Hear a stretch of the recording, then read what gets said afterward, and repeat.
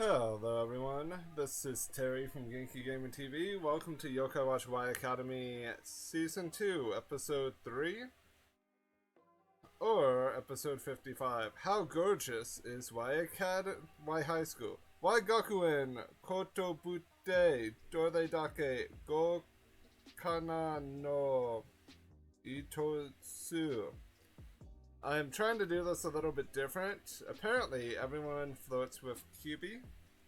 Also, why is my window so big? Let me readjust, guys. I'm trying to do this in a different style, and everything went from being super duper big to super duper small. So bear with me. Of course, everyone wants QB Senpai. Also, wow, my screen proportions are kind of bad, so don't.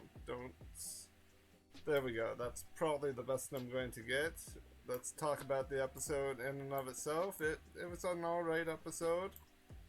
No true complaints. You have a lot of good dialogue and good voice acting from Motaro and Sandayu. Both very fluid. I want to point out that there are a lot of references to games and to different things culturally here, because the city is seemingly kind of based off of Kyoto to a certain degree, or an older Japanese town. You got a guy making dango by hand via like dango mochi, or like a sticky mochi like substance to create dango. Basically, our YSP club and Ronto in the Y Mafia are there, I won't say on vacation, but on a nice little trip. Yes, that woman in the background is actually Emma's mom, I think. Also, she looks like a reference to a yokai, doesn't she? And I'll leave that to your imagination. Is she a yokai? Eh? I mean, we already have Enma within Emma. Could Tamayo be a reference to someone? Huh? I'm not even gonna make it clear, but her likeness is on everything from Maneki Neko to Little Charms.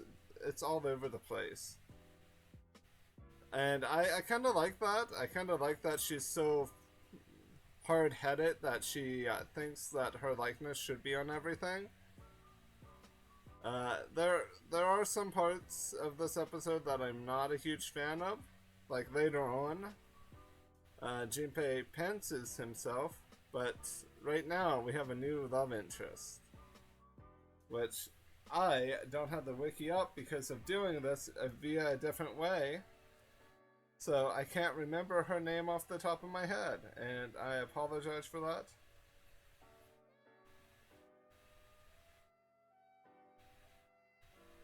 So I'm hastily trying to look it up on my phone.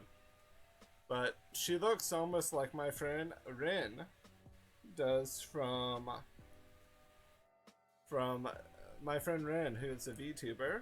Long purple hair, could be Lin, ha ha ha. But not really. It's actually... Let me see if this is her. I think it's Lana Amate. But the picture isn't showing on my phone.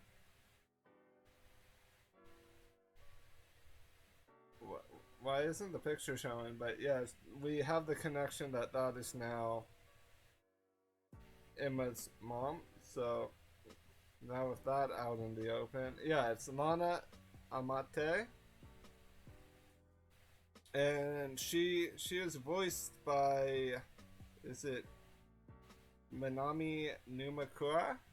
Also, even our precious Fubuki is victimized by Tamayo. Yes, when you become Dioji'd by Tamayo. Yeah, you have a Street Fighter reference that we get to experience. It's not very good, but there are so many references. There's so many different things. There's even a Mario Kart reference. So yeah, it's really all over the place with some references. We get kind of a Kamen Rider reference here as well. We also get references to some other cultural things. Like, I could have sworn I thought I saw a Tera Tera Bozu in here at some point. And you have T's on the hats because Tamayo! Tamayo. You got Tamayoshi, Tamakinopio, Tama Akachan, Tamakupa, Tamakong. This is just too much Tama.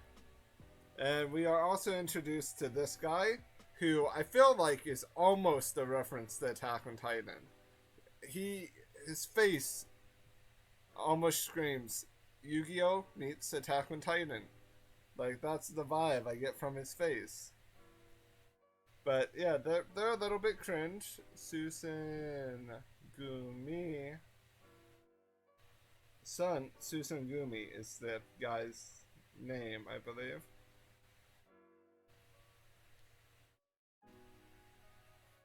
But these guys are actually pretty unique. There's a lot of stuff that plays in tandem here. You have the whole Susano Blader thing that plays off pretty well. And his name is similar to that of Gunshin Susano, which is a yokai from Forever Friends. There's a lot of similarities in the actual design. Basically, the mask that he has shares, I think, the similar color of green and the similar colors of black that Susan actually has. But that bright, vibrant red and yellow make him more of like a Kamen Rider Shogun style character. Also two sword style, pretty neat. But I'm realizing that the form has not been shown, and he's basically confronting them because of everything that's kind of gone on. They really don't want the YSP club, the middle schoolers, around. So he and his forces are trying to force them out. They're trying to basically oust them. But Jinpei and Sanryu don't want any of that. They are not down with this craziness. Even after such a epic legend of the word. Whoa, whoa, Susano Blada! Legendo Obuwa do uo Susano Buledas. Yeah, even after that legendary transformation song. Yeah. Susano da Sekai o Tadatsu non Nodes. But yeah, everyone else transforms, but it's quickly kind of fodderized, even after some sweet attack combinations that really just stun the fodder that Susano created, which is it the Musha Bladas? Yeah, Musha Bladas. Even without the power of Deep Shadow Zodiac, they weren't able to do anything. Like, the combo attack from QB and Shishio, just, it tickled them. Like, they took the hit at face value. They didn't even try to face tank it. They just took the hit. Earthwalker has become more Walker Noa Armored, but I really feel like that is downplayed a lot in this episode. But I feel like there's certain things with this that work very well. The power scaling is just basically showing us that if it's not Jinpei, Lime, Gomanda, or this new character, Sun Singumi, or Lana, that they're basically fodder because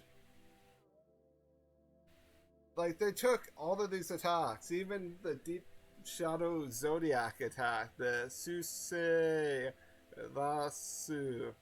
At least I think that's what it is.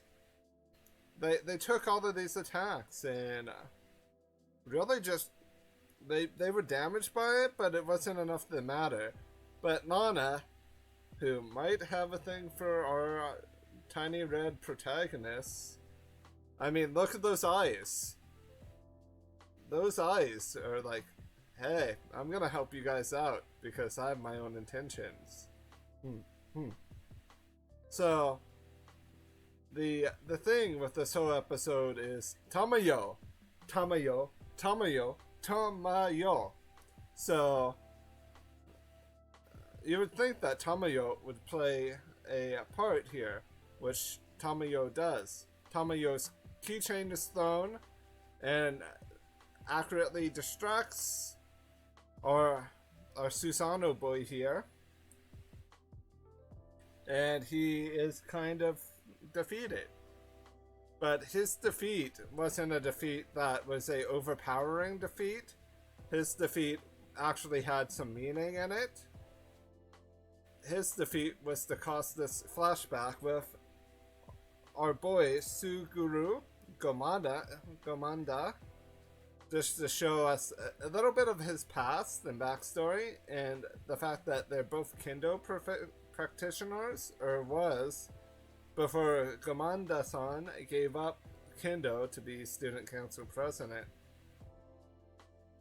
So, yeah. This flashback is really spot on. It's supposed to be here. It feels like it's supposed to be here.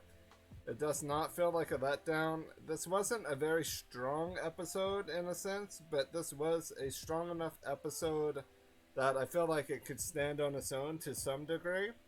We have some wacky comedy where Junpei has Shika pants and then Ika pants, but that's to play off a really bad comedy joke.